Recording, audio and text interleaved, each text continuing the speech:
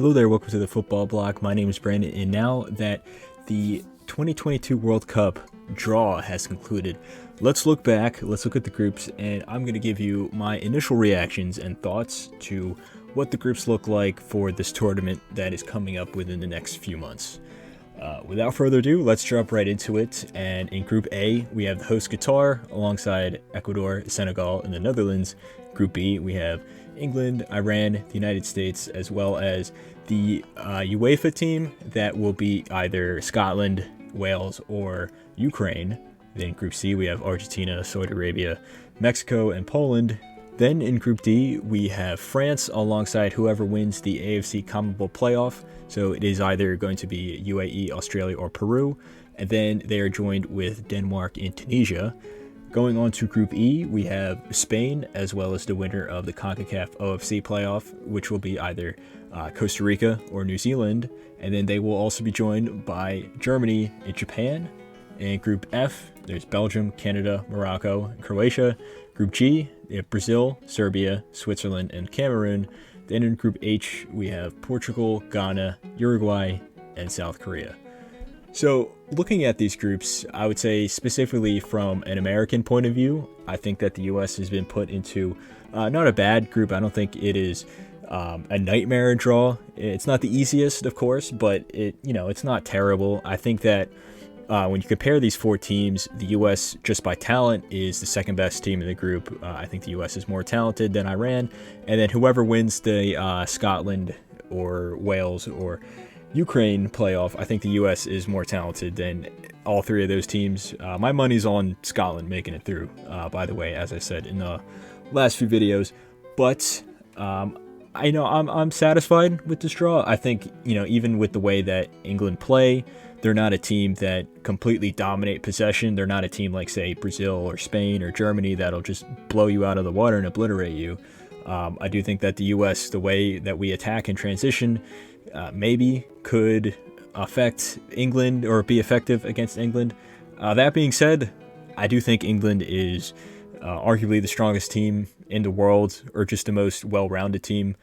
They are my favorites for the World Cup, so I'm not saying that this group is going to be easy, and especially when you look at Iran and then any of those three European teams.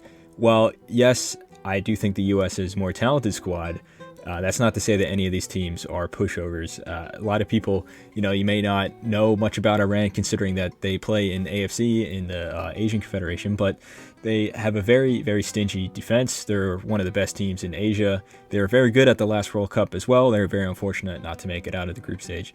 So I wouldn't say it is a guarantee that the U.S. make it to the knockout round. I do think that they will be expected to do so, but then again, this team is very inexperienced. A lot of these guys have never played before at the World Cup. In fact, if you look at the recent squad, the only guy that has ever been to a World Cup before was DeAndre Yedlin. But then again, that could also go both ways. They might not have much pressure on them at all because they don't really know what to expect, and they can go out there and just play for fun, and who knows how far they will go. But when you look at these other groups, a lot of people have been talking about what group is the group of death. There's been a lot of debate over which group that is, and I would have to say it's either Group E or Group H. I think Group E, you just look at the two top teams. You have Spain and Germany, who a lot of people have been saying are favorites. Both of these teams are favorites for the World Cup. Spain was very good at the Euros. Germany just hired Hansi Flick, and they've been playing some very, very attractive football. Japan, of course, is a very consistent team as well. They are not a pushover by any means. However, you look at the CONCACAF OFC playoff, whoever wins that, whether it be Costa Rica or New Zealand, would very much so be the weakest team in this group. However, you should not count them out. This is World Cup. Anything could happen. New Zealand went undefeated in the 2010 World Cup. They're the only team to do so. And then, of course, Costa Rica was in the group of death in 2014, or at least one of the groups of death, and they topped the group. So you never know what's going to happen. As for Group H, you have Portugal, Ghana, Uruguay, and South Korea. And you'd have to look at Portugal as being the most talented team in this group.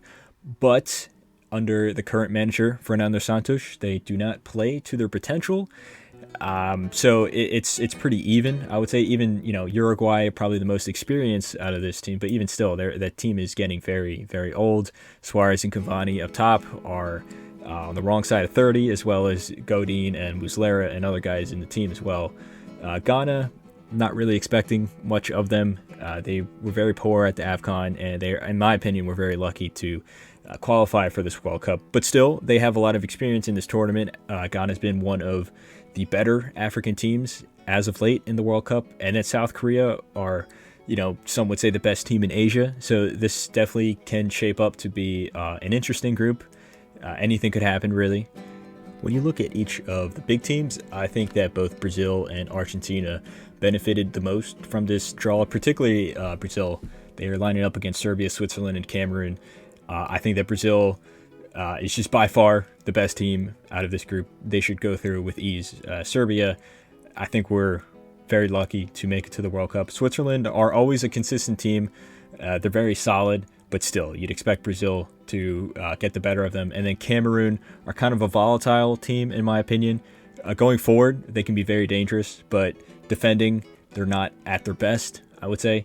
And for a team like Brazil, I think they could, just tear Cameroon apart. Obviously, anything could happen, but still, I think Brazil tops this group pretty easily. Similar story in Group C with Argentina, as they're going up against Saudi Arabia, Mexico, and Poland. Poland, very similar to Serbia in that I would say Poland was relatively lucky to make it to the World Cup. However, obviously Poland have much more talented players than Serbia, and Saudi Arabia are a good team in Asia, but on the world stage, I don't think that they have the quality to be able to match teams like this. I think that they're probably going to finish fourth, and it's going to be up to Mexico and Poland for second. I would say, even though this Mexican team is not the strongest, they'd probably just edge Poland. But either way, I don't think any of these three teams would be able to touch Argentina, just given how consistently strong this Argentinian team has been as of late. Not just in attack, but defense, midfield, the whole team has been working like clockwork, I would say. France, I think, actually have been dealt a somewhat tough group. Now, Tunisia is probably... now this might be a hot take, but I would say Tunisia is probably the worst team to have qualified for the World Cup. But beyond them, Denmark are one of the best teams in the world. They're playing beautiful, beautiful football. And then whoever wins the playoff, whether it be UAE or Australia or Peru, I think could be a wild card. Maybe not so much UAE, but Australia, and in particular Peru, who, while not having the most talented squad, are a very strong team. They have a very good team mentality. They do very well in tournament football. And, of course, France are going up against the curse of the champions, as the champions of 2014, 2010, and 2006 have all been failures in the successive tournaments group stage. So, it'll be interesting to see how France fare in 2022. Now, as for the host, Qatar, I think Qatar have been dealt a very tough draw in that they are lining up against Ecuador, Senegal, and the Netherlands. And if you just look at these teams, at least on paper, I think Qatar are actually the worst team in this group. Now, that doesn't mean that they don't have a chance to make it out. Of course, anything's possible when you're the host nation and you have your country behind you. But remember, Qatar have never played in a World Cup before. And the Netherlands, you would expect them to top the group. They have a very talented squad. They're playing some decent football under Louis van Gaal. Senegal are the best team in Africa. They just won the AFCON. They're a very, very solid team. They have a good spine to their team and some stars playing there as well. And then Ecuador, while they don't have many standout players, they're just a fun team to watch. They just play for fun. They go out there and do their thing. And I would expect them to be hard to play against because they're going to be constantly pushing forward and looking to score goals. Qatar, while a lot of people have written this Qatari side off, I do think that they are, a competitive team. They won the Asian Cup. They were very, very good at the Asian Cup. They performed okay at the Copa America. They made the semifinals of the Gold Cup. And even though they didn't win the Arab Cup, they still finished third place. So, like I said before, it's possible to see Qatar go through. I don't think that they'll top the group, But this is definitely going to be a really, really tough test, as each of these games will be crucial for them to get points from. As for Group F, I would say this group is particularly interesting because all 4 of these teams, Belgium, Canada, Morocco, and Croatia, seem to have a more attacking style, or they play with a much more proactive rather than pragmatic style of play. And that could be really fun to watch because, it's basically guaranteed goals. This Belgian side going forward have a wealth of attacking talent. But they do have a little weakness at the back, I would say. Canada are an attack-first team. Now, of course, Canada have a good defense in CONCACAF, but we'll see how that compares against the best teams in the world. Morocco, as they've shown in African qualifiers, tend to score lots and lots of goals, but then also surrender a fair bit of goals as well. And then similar to Croatia, as we saw at the Euros, Croatia have, of course, as always, very talented attackers, but sometimes they leak a bit of goals. So it'll be very interesting to see these teams go up against each other. As with all the groups, I think this one is pretty balanced. Obviously Belgium seem to be the favorites, but who knows? Maybe Canada could surprise everyone, but they also are going up against inexperience. But anyway, guys, that has been my overview, my reaction to the World Cup draw. I am super excited for the World Cup, as always. This group stage, even just by looking at the draw, there are some guaranteed classic matches ahead of us. So it'll be really interesting to see how that all pans out in a few months' time.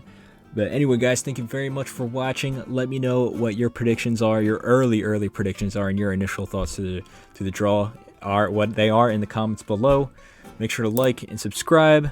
Anyway, my name is Brandon. Hope you guys have a nice rest of your night.